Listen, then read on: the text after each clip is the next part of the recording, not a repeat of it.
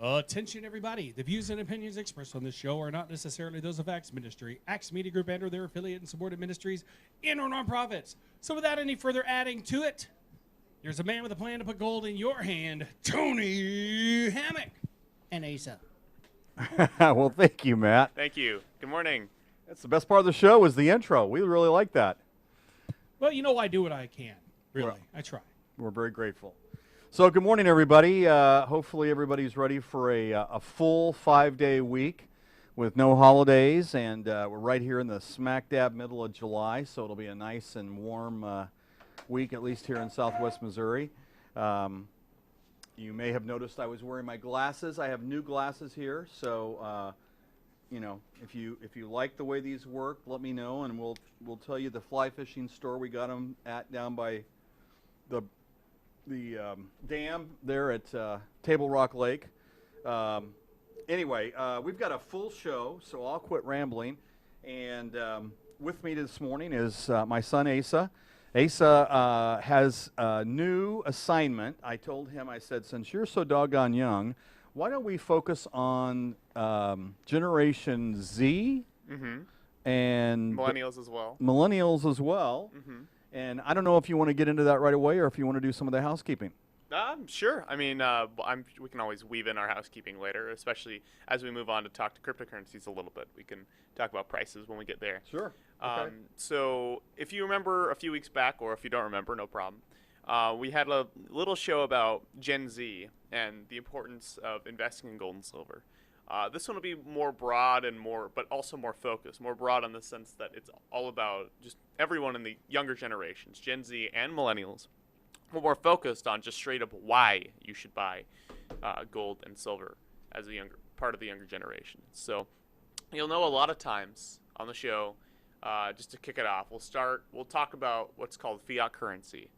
Fiat currency being a currency that's not actually linked to anything with value. So the U.S. dollar is not actually linked to any kind of precious or anything that's actually has inherent value. The only reason the U.S. dollar has value, the only reason that greenback does anything for you is because we all agree that has value. Same with that number in your bank account. Same with the stocks and bonds.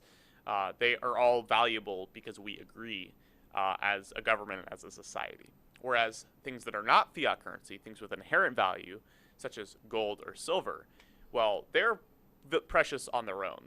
Like gold and silver are both precious materials and are limited materials, and they both have their own use, and they therefore both always have their own value.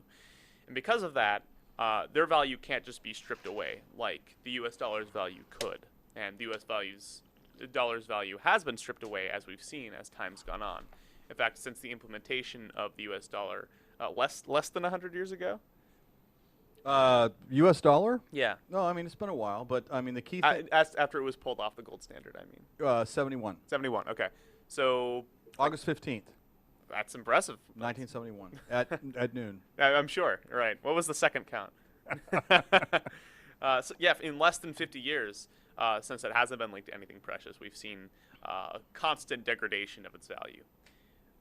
So the reason why we tell people, and especially of the younger generations, that we suggest that they should take a look at these precious metals and these sound investments is because as time goes on, evidence shows, and I will, of course, stipulate, as we always say, that past performance is not indicative of future performance. That's correct. You should be so proud, right? I know, I am.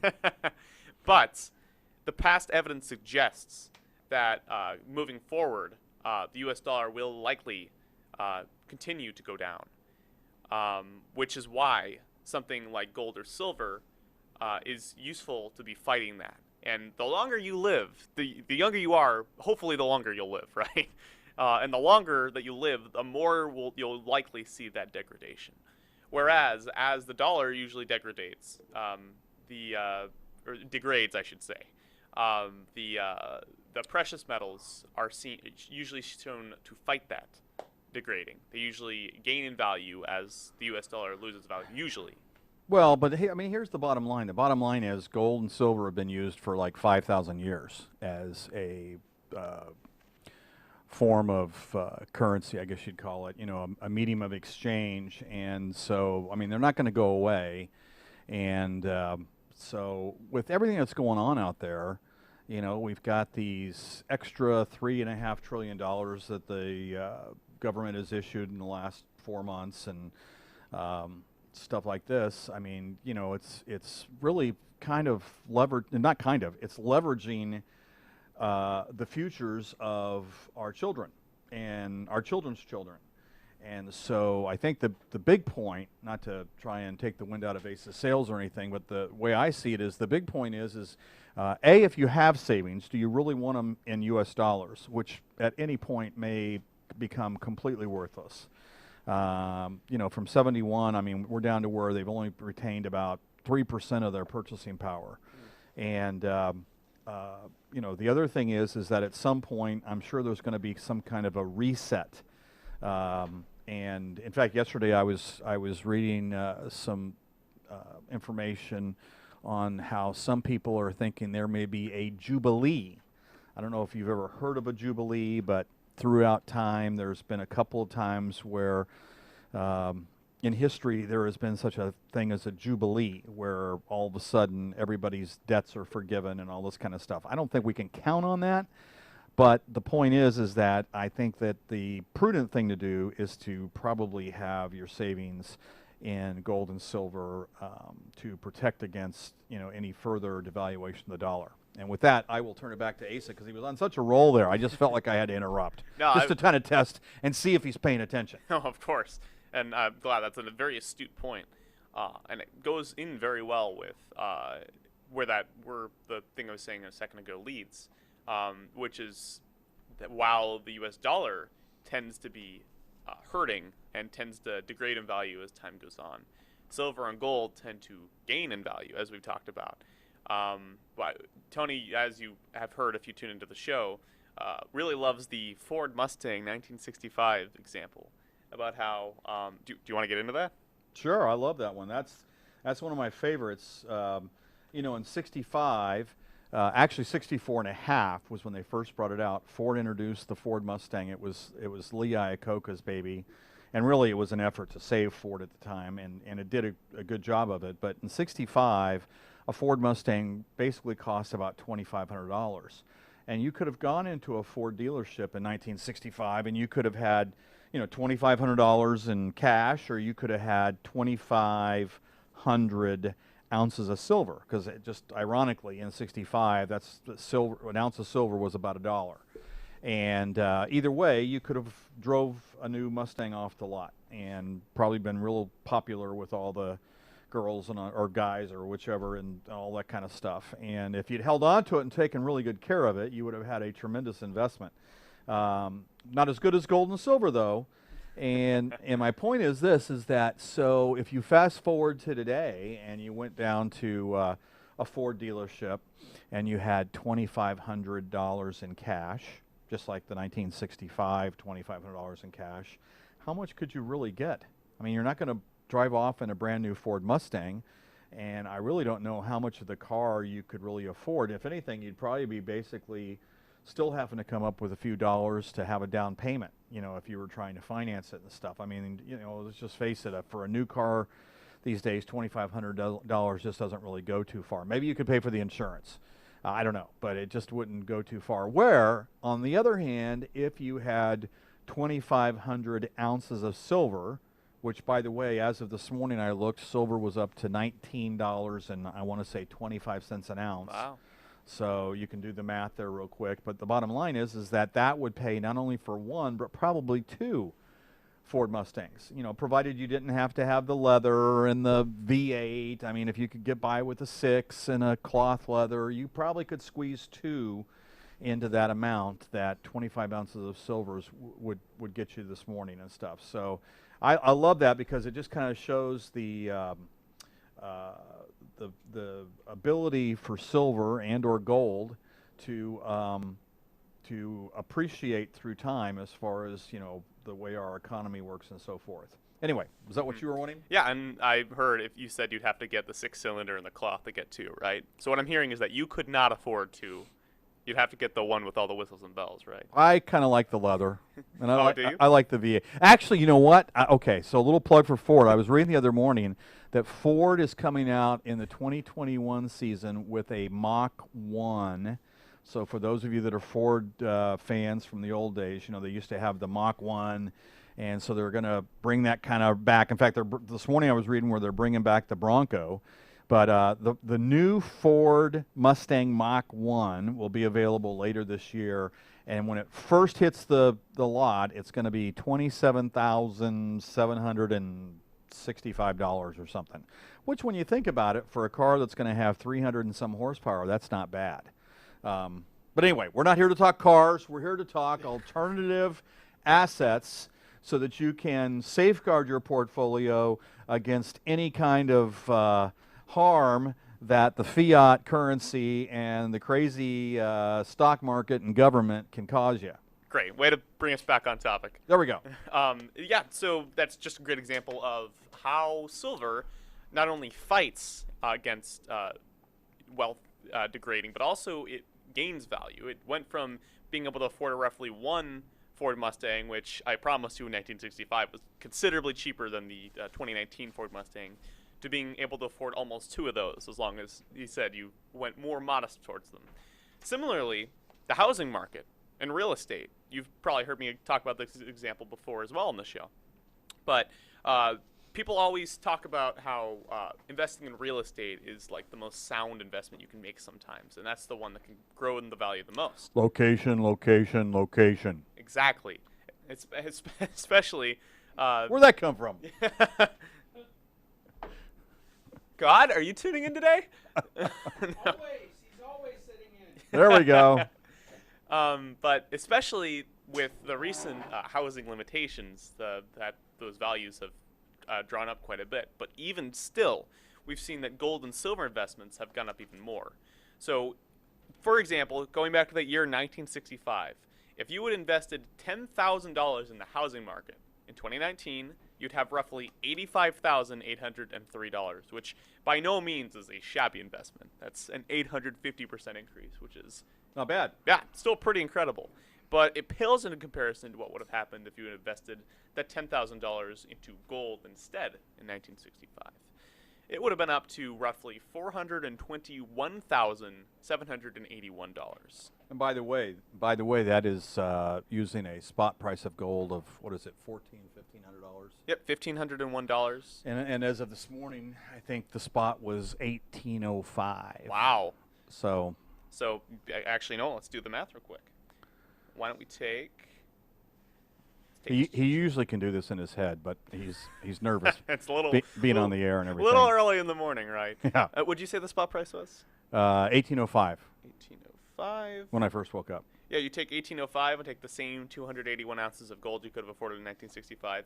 It would be up to 507,205 with today's spot price. Not a bad amount. No. Kind of like that. Yeah. Pretty good, right? So that's yet another example of it gaining in value. And that even simpler things we've seen, it increasing the buying power of silver and gold over time. Like even a gallon of milk. You could have bought 1 gallon of milk with 1 ounce of silver. In 2019, that 1 ounce of silver, if you had bought it in 1965, but in 2019, that 1 ounce of silver could buy you 5.1 gallons of milk. Whereas that $1 that could have bought you a 1 gallon of milk in 1965 is unlikely to buy you even close to a third of a gallon of milk. Maybe one of those tiny milk cartons, right? Maybe. The ones in the school lunches. So what defines Generation Z? What exactly is Generation Z? So right now, Generation Z is everyone under the age of 25. So Everyone under the age of 25. And you're thinking that it would be smart for them to think about silver and gold? Absolutely. So the reason and why all this build-up is important, why I have been talking about the dollar going down and the gold and silver going up, is because the younger generation, Generation Z, people under 25, are the people that are probably going to face this the most out of everyone still alive. Because obviously they're the ones that are going to live the longest. So they're the ones that are going to see their investments carry over the longest, and therefore should be worrying most about very long-term investments. But also, right now, Generation Z faces a number of issues that the other generations don't face.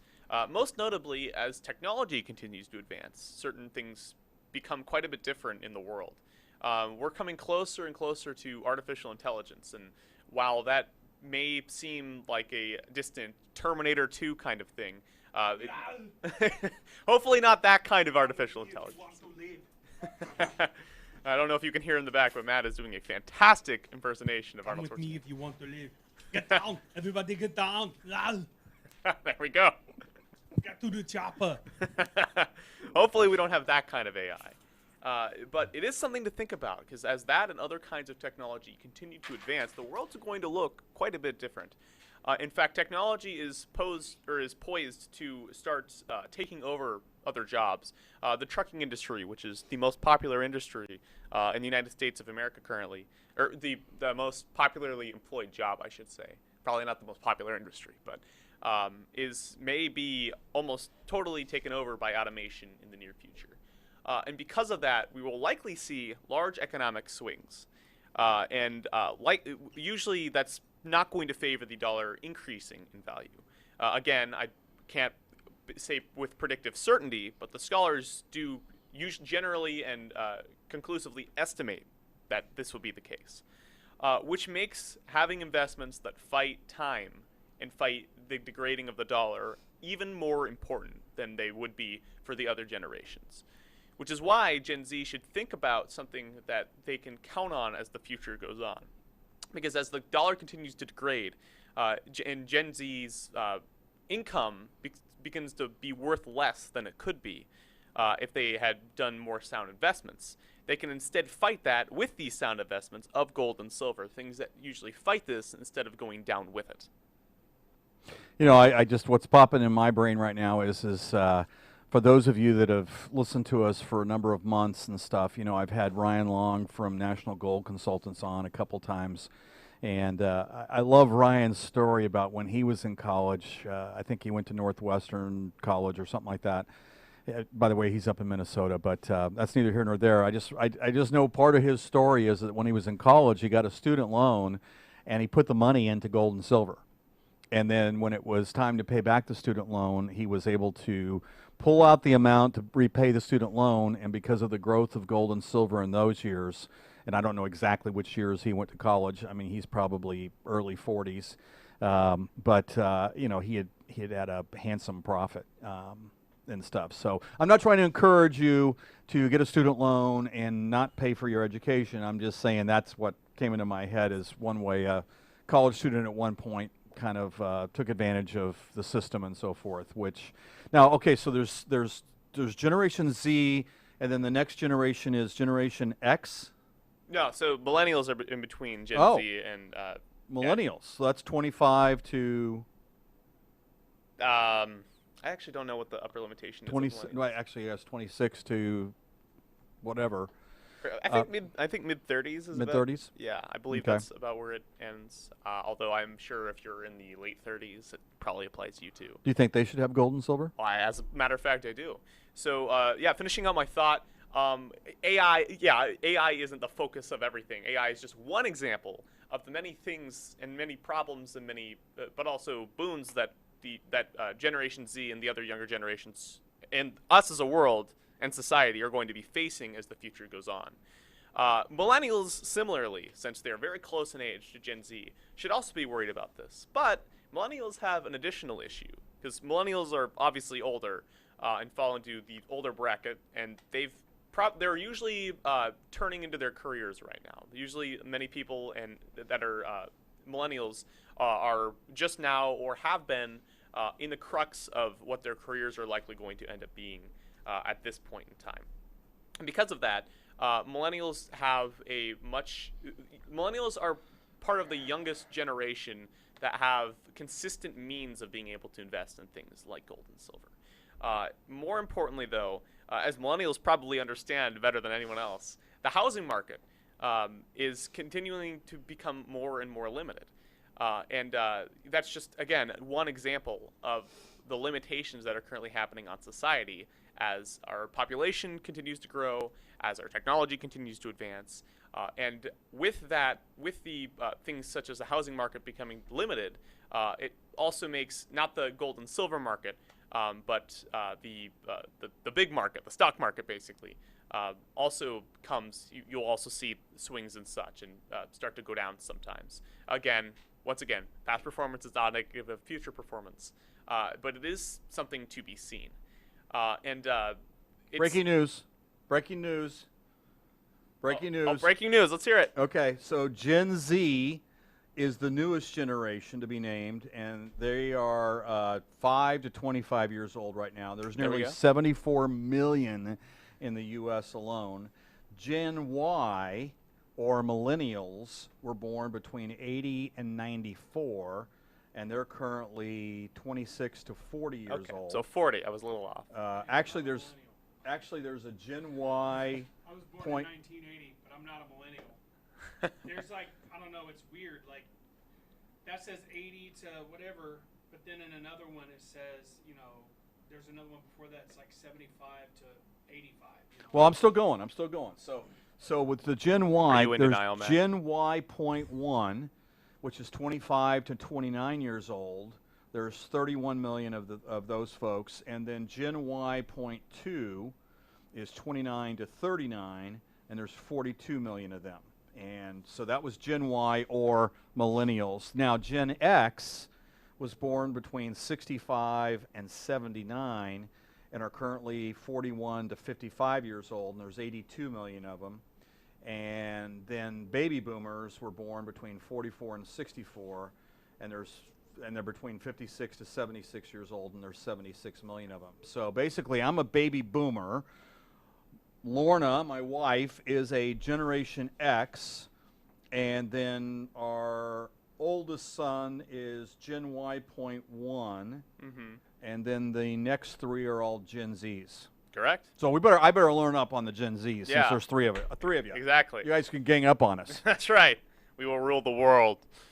No. So. But yeah, okay. So I was a little off. That's close enough. Yeah. 40. So sorry for the 5 years of people I alienated there. People under 40, you are valid millennials. Don't tune out if you're in that 5 years. That's right. It's still important. And even if you're a little bit outside of that, or even a lot outside of that, as I say, pointing to Tony, it's still important to take this into consideration, because you'll likely be alive to see some of these swings. I mean, we're seeing one of the largest swings in our recent, and perhaps, hopefully, it doesn't end up being entire history right now with the current COVID-19 market dilemma. So let's talk strategies. If you're a Gen Z, which means you're, between 5 to 25 years old, and if you're 5 years old and you're watching this show, God bless you. I mean, that is incredible. I am so impressed. Round of applause.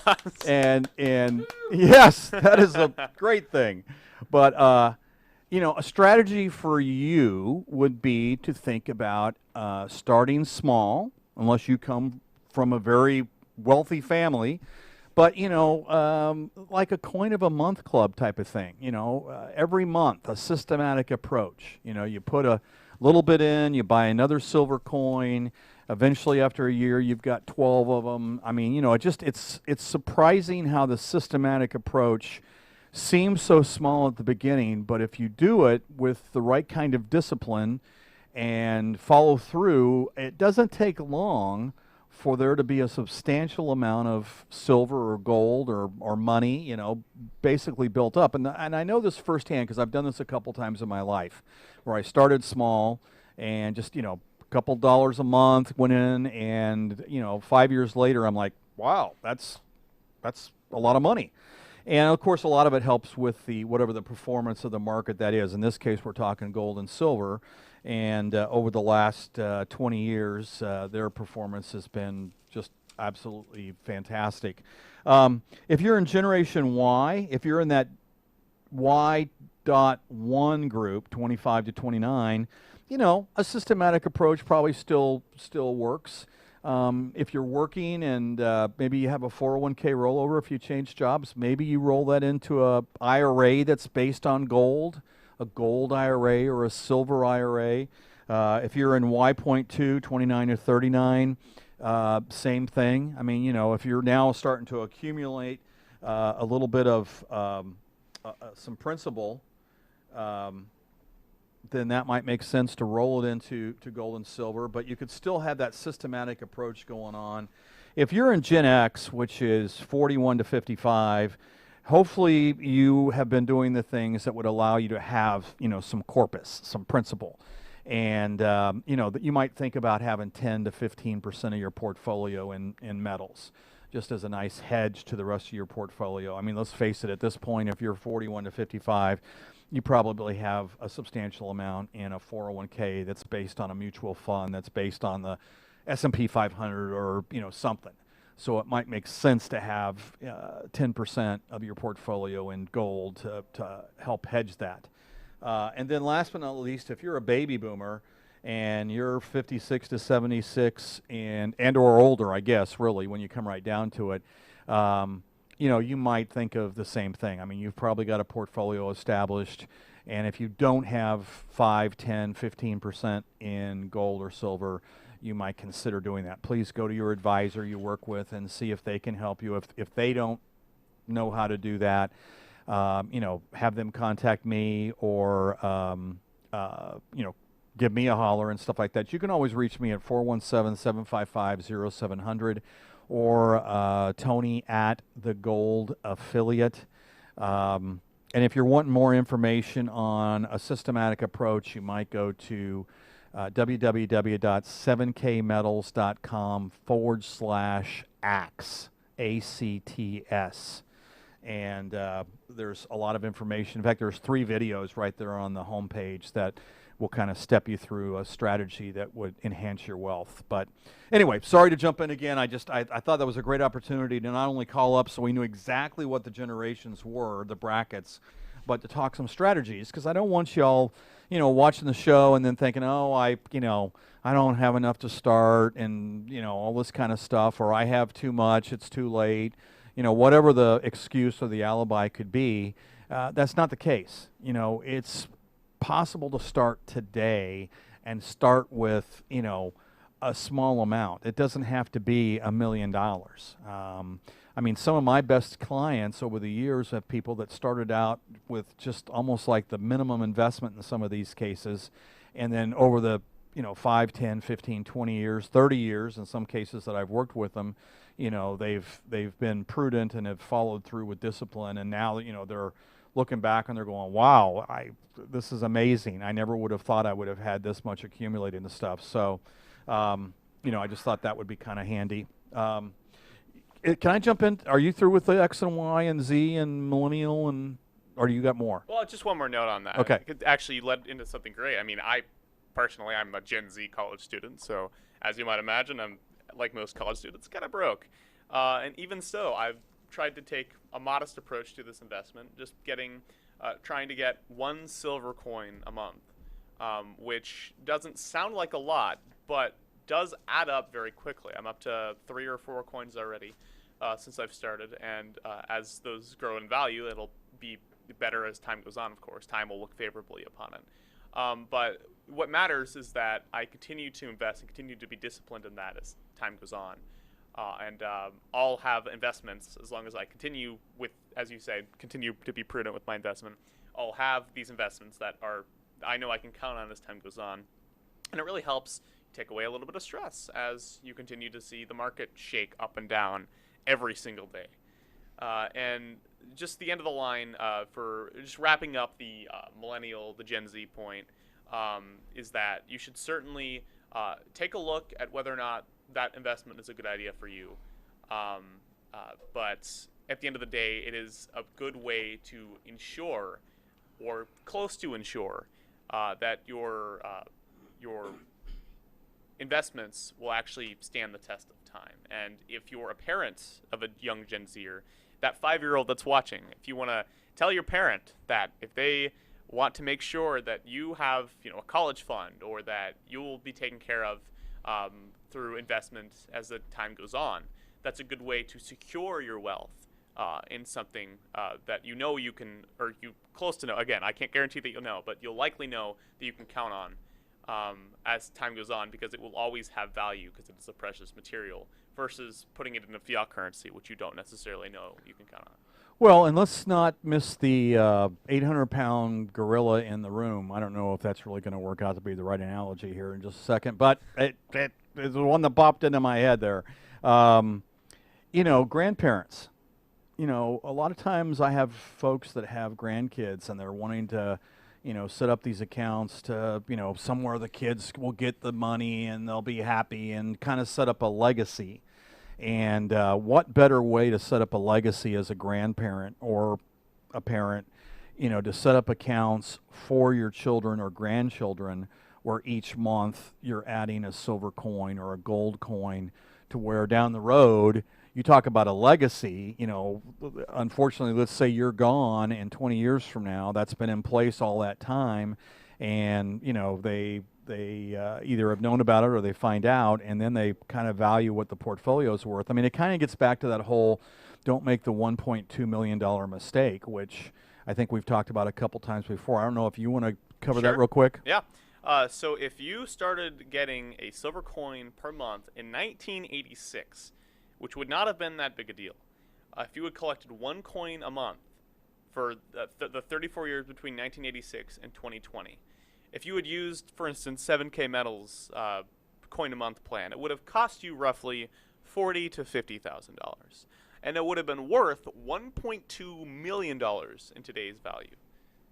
Well, and just to show you what kind of a nerd I am, if you hadn't figured that out already, you know, that would, first off, Ronald Reagan was the one that started the Silver Eagle program, if I remember correctly. And from the first one through July 1, you'd have 415, I believe it is, which would have cost you about $43,700, I think it was. So think about that. Over that time frame, if you were a grandparent or a parent and you had been doing that for your child or grandchild, and now they had 415 of these Silver Eagles in their portfolio, provided you didn't let them, you know, the minute they turned 18, take it and go buy a car or something goofy like that.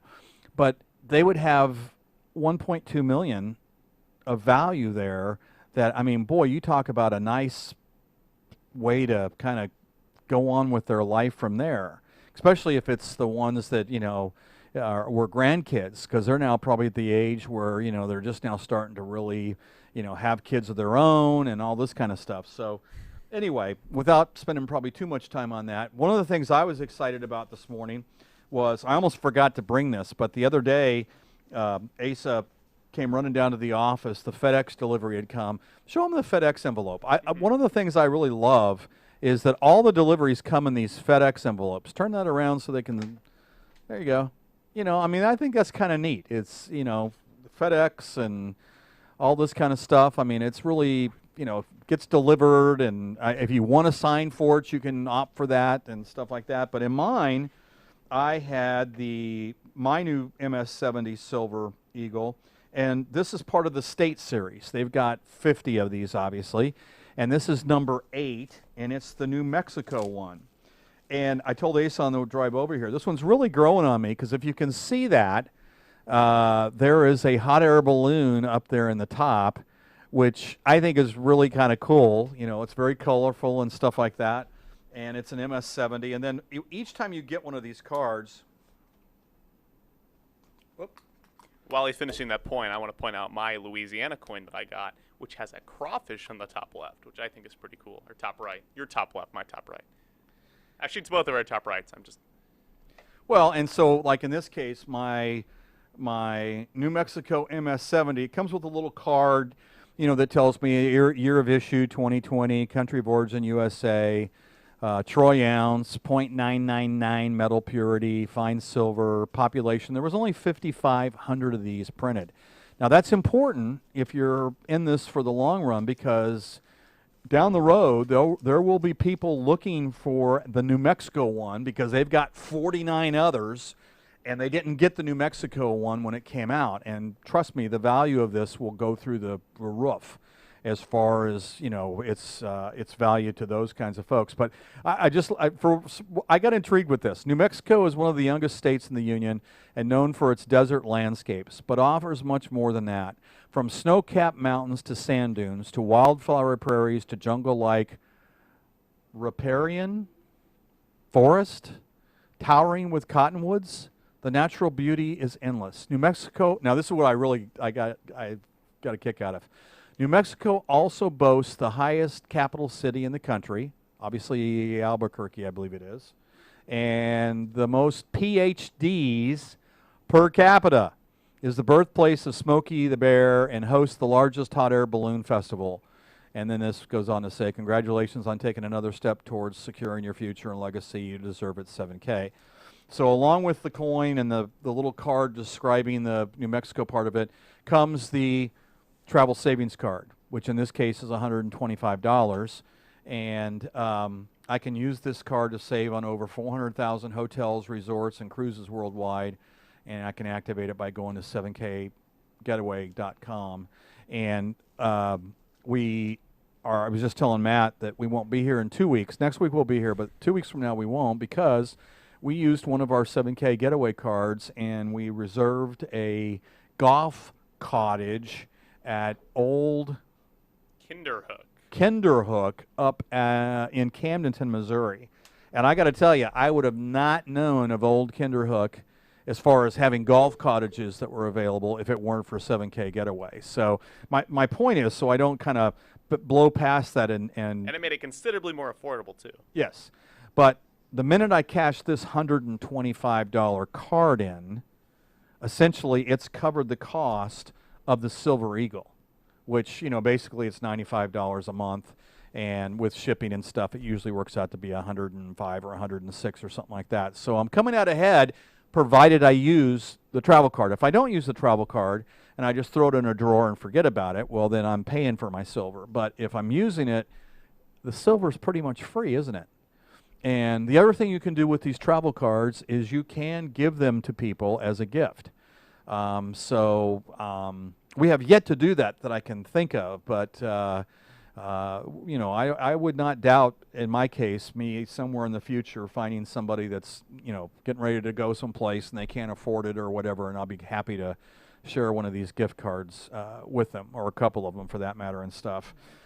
Anyway, I spent enough time on Mexico. What else do we got, Mr. Asa? Yeah, that's a great point on the state coins. As we were talking about with the $1.2 million, that's just 34 years of investment. So imagine what you can do with however many years you have to continue collecting these coins, or to put it towards their retirement. If you have like a 10-year-old right now and you're investing for their future, you could have a lot more than 34 years on your hands. Another thing that we've been promising for quite some time, which hopefully will lead right into our housekeeping, is a cryptocurrency update. So you remember Tony talking about how you should invest 10 to 15% of your portfolio generally in gold and silver. And he also mentions that you should invest 1% in cryptocurrencies. Well, and there's a lot of people that think it should be a higher percentage, but I got to tell you, I really think that because of the volatility, you know, it's not the type of vehicle you'd want to use as a widow or an orphan. I mean, it's more for the person who, whatever they put into it, can afford to lose it. And, you know, there's just not a lot of those folks running around, you know, and so forth. But as we speak, Bitcoin is right now $9,228.26, which for the day it's up, you know, 1/4%. For the week it's down 2.11. Wow. For the month it's down 0.75%. And for the year, it's down 15%. So, you know, I mean, there's some volatility here. Now, with that said, since its beginning, if you were one of the fortunate folks that got into Bitcoin when it was first issued, you're up right now 8,853%. That ain't a bad return. That's pretty good. Every $1 you put in, you get, what, 815 back? Yeah. And remember, I think they're only going to issue 21 million of these. So that's part of the thing that's going on with the Bitcoin is that, you know, they've got most of them mined. I think there's still a few out there, you know, I mean, it's more than a few, but several thousand that are out there and stuff. But at some point, they're going to be at the limit, which is the 21 million. And you know, there will be a considerable price increase just from supply and demand that we've talked about several times on the show and stuff like that. But that's Bitcoin. Let me get back here to Ethereum is $239.50 a coin right now. XRP is 20 cents. Bitcoin Cash is $2.28. Litecoin is another popular one. It's $43.43 a coin. Tether's a buck. EOS is $2.54. Monero is $68.71. Right now, the top movers, one called Chainlink is up 17.91% today. Tezos is up 7.31. Kyber Network is 6.65. Cosmos is up 6.08. Zcash is up 2.65.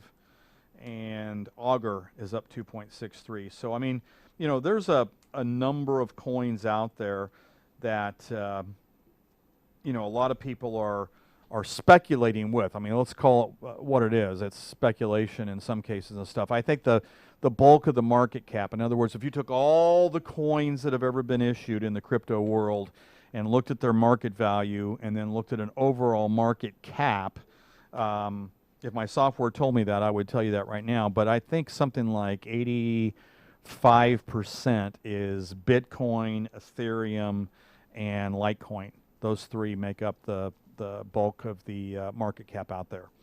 Anyway, I feel like the next time we do that, we need to have some kind of fun music that when you say it's time for a crypto update, we have some kind of like a computer sound music in the background. Okay.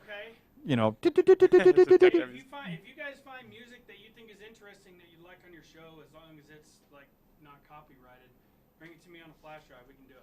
Oh, cool. Okay, That'll be fun. Maybe I'll make my own cryptocurrency update music. Yeah, do it. There we go. That'll be kind of fun. I'll play it all day long. Cool. I'll look into that. Our Maybe not all show, day long, but our only whenever you guys are here. okay.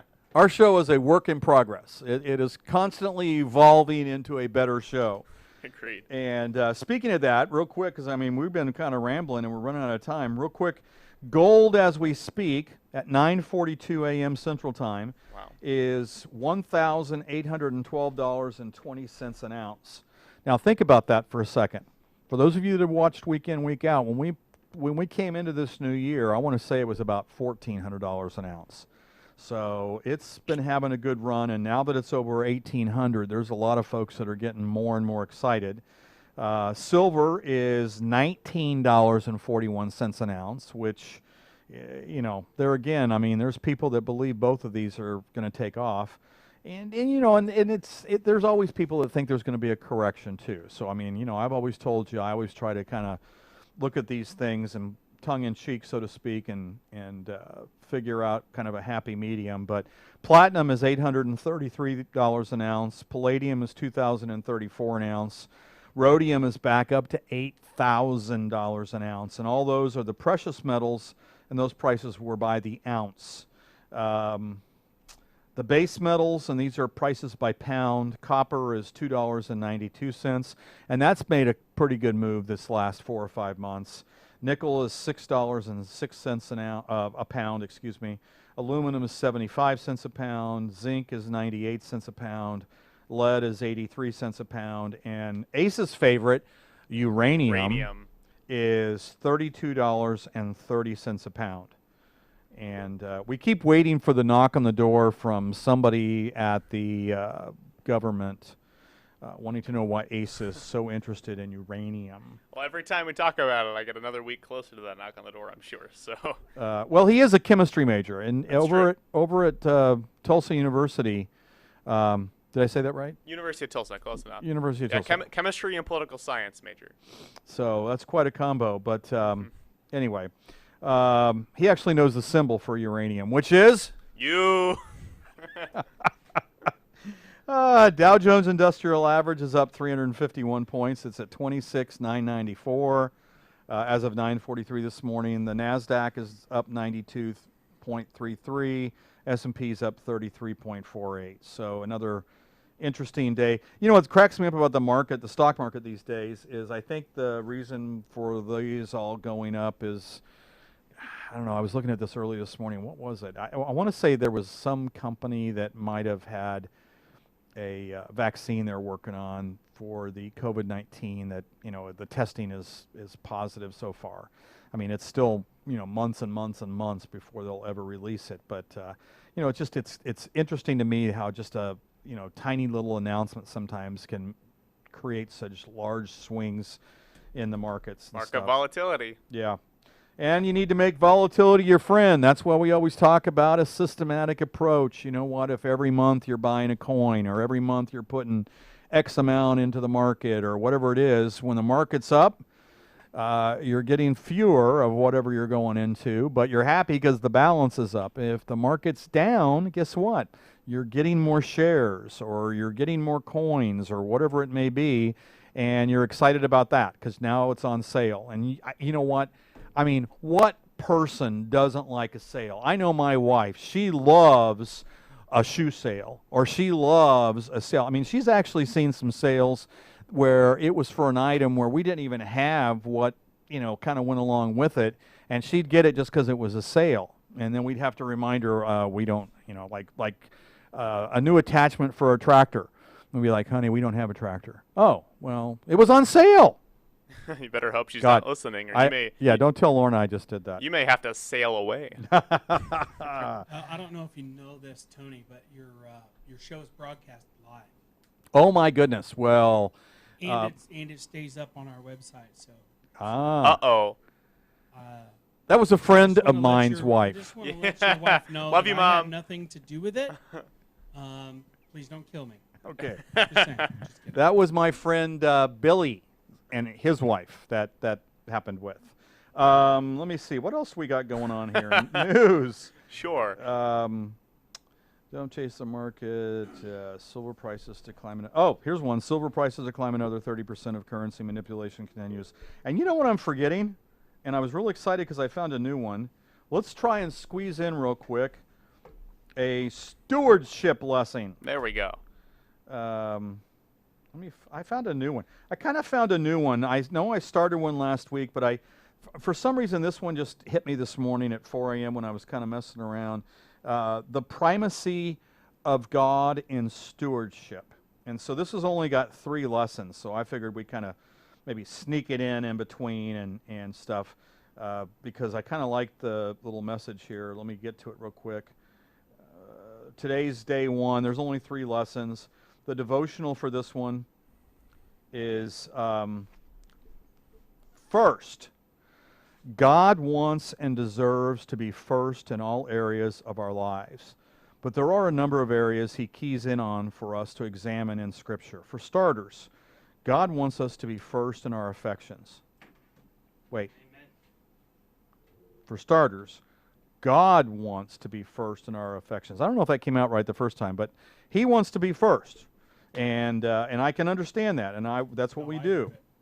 Revelation 2.4 says, "But I have this against you, that you have left your first love." In spite of the fact that these believers were commended for their orthodoxy and religious activity, but it was not enough when their first love was missing. He doesn't chastise them for not loving him at all. The love is still there, it's just no longer first. In Matthew 10:37-38, he explains first love this way: "He who loves father or mother more than me is not worthy of me, and he who loves son or daughter more than me is not worthy of me. And he who does not take his cross and follow after me is not worthy of me." God wants us to love him more than we even love our families. God doesn't mince words. He doesn't stutter.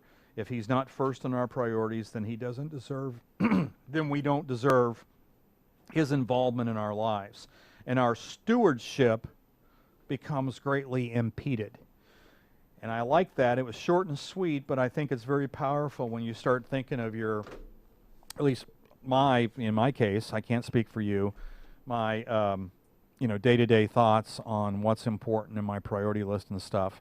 And even though Matt let us start early, it looks like we're already getting the 1-minute sign, so we're going to have to wrap up here quick. Any final thoughts? I like how it had the word stewardship right in it. Right there. Yeah. Makes a good stewardship course. Well, I think that's what makes this show worthwhile in a lot of cases. But you know what? This Friday, 2 days from now, well, this Thursday and this Friday, Axe Fest will be going on. There's a lot of good classes. They're here at Tomorrow and Friday. here at Plaza Towers. Here at Plaza Towers. And if you don't have your ticket, you need to go to the Axe Media website. Matt, do you want to say anything about that? Yeah, I was going to say that I think it's already, as far as like seating, we're full. Oh, as far hey. as inside, but you can still register and watch the classes online. And registration, you just go to our website, axemediagroup.com, and follow the links there. And it's $25 per day. And if you're part of Axe University, you could use this to get some credits. And another reminder, we've been talking a lot about the coin a month and how you can invest in, or why you should invest in gold and silver. We've talked in past shows about how you should. So just a reminder, if you want to invest today or if you want to get involved in this coin a month program, please go to 7kmetals.com/acts. That's spelled ACTS. And then last but not least, Asa and I will be presenting Friday morning from 9 to 9:45 and from 10 to 10:45. We're going to focus on the buyer certification thank program. you. That's why we have the young guy along. Yeah, I remember the things you can't, right? There we go. So thank you, Jim and Pam Whining, for allowing us to have a show on Axe Media, and thank you, Dr. Paul Collins, for all you do. And we hope to see you at Axe Fest, and I think we're out of here. We're signing off. Have a Yes. great week. Take care. Thank you.